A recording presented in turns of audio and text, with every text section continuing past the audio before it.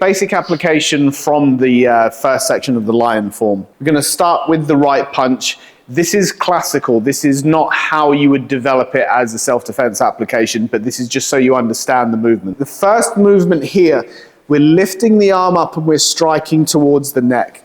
So as the punch comes in, the hand rolls up this way, so it takes the momentum offline. The hand comes in and it strikes towards the neck.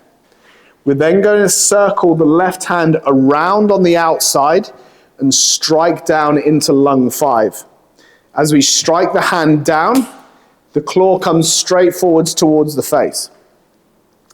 Now, depending on the success of that, you can use the follow-up whether you get trapped or not. If the hand goes to the face and he picks it up, then all we're going to do is switch the power over to the left and bring that through uncontested. Okay? If he doesn't, then you just get 2 strikes from the same.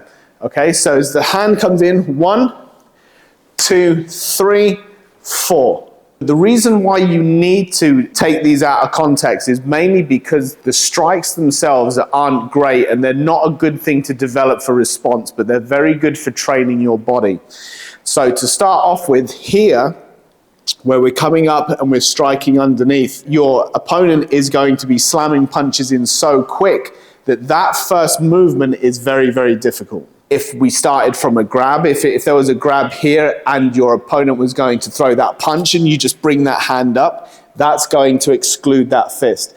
But again, they're not going to hang around whilst you stick the fingers into the neck, fold down and do all this kind of stuff. Working these movements just help you to coordinate around your body, and you must, like I said, I'm going to say this a lot today, do not keep your traditional applications for self-defense training. The traditional technique, or the traditional self-defense technique of raising the arm and striking to the neck will probably not work, simply because you've got to operate underneath the arm and you haven't made any kind of attempt at stopping the follow-up shot from the right hand. Left hand? Right, left hand. Okay, so you will need to address that left hand as well. So as soon as the hand comes in, this is probably a more likely scenario where you can utilize that initial movement. This hand above can strike, but it's very, very kind of far out of position to where you'd be defending yourself. So even if the hands came up like this again is a body mechanics thing. Try to lift the energy as part of your lion form. Now, as that right punch comes in, I'm going to do a nice easy forearm pickup here. Now, that means that my fold down is very, very easy from here. So I can fold that right hand down and attack straight over the top.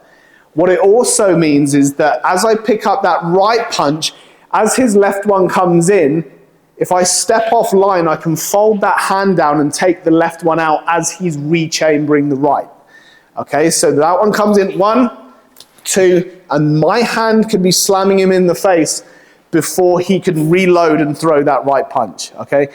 You still have to be very careful with what happens afterwards, because he's going to be mid-movement, so you don't want to be just slamming him in the face and staying in the same position. You need to keep yourself moving, okay? So you have options for using that fold down on that first movement. The second one is just simply a strike. The second part of this, where the hand moves up through the center, is actually not an arm break, but you're disconnecting that grip from your opponent. If my hands are like this and he grabs on and he throws that punch, my first thing that I must think about is picking up that moving bridge, okay? I don't really care if he's got hold of my arm, because now what I can do, as long as I'm safe from this one, I can bring my hand back to my center where it's stronger. Now, if I just fold down, I can then strike into his face. I mean, traditionally you use a claw, but please don't waste a shot. If you've got that side open, just smash a punch straight onto the jaw and hopefully that will be done.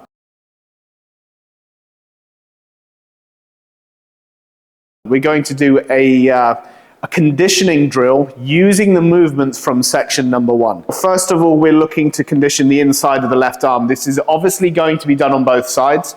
So just try to start off nice and light with your partner. So as it comes up, you need to spiral and just pop that elbow onto your center line, because you want to control that. So first we're going to have a look at this left hand as it spirals up. So if I do it towards the camera from here, we don't have to worry so much about the footwork because we need to work with our opponent.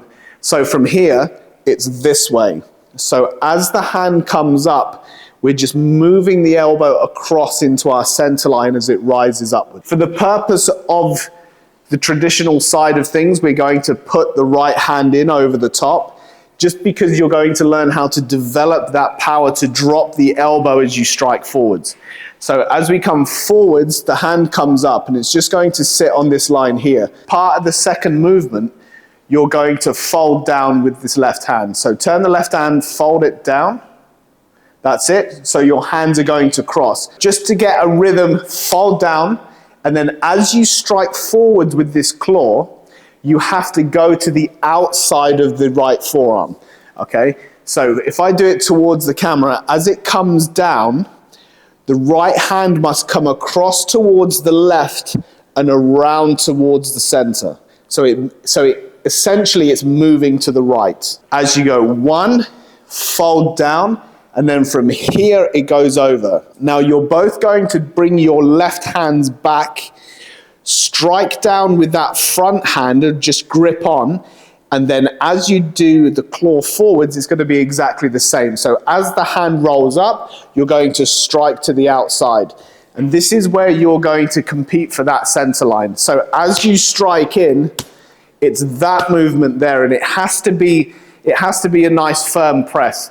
Please don't smash your forearms too much because it will start to take its toll.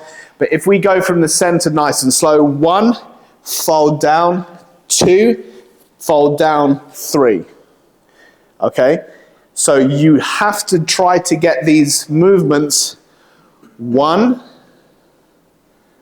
and then as the hand comes up through the middle behind the right arm, you're going to just move from the right shoulder towards the center, and that's where you're going to get the collision on the outside of the left.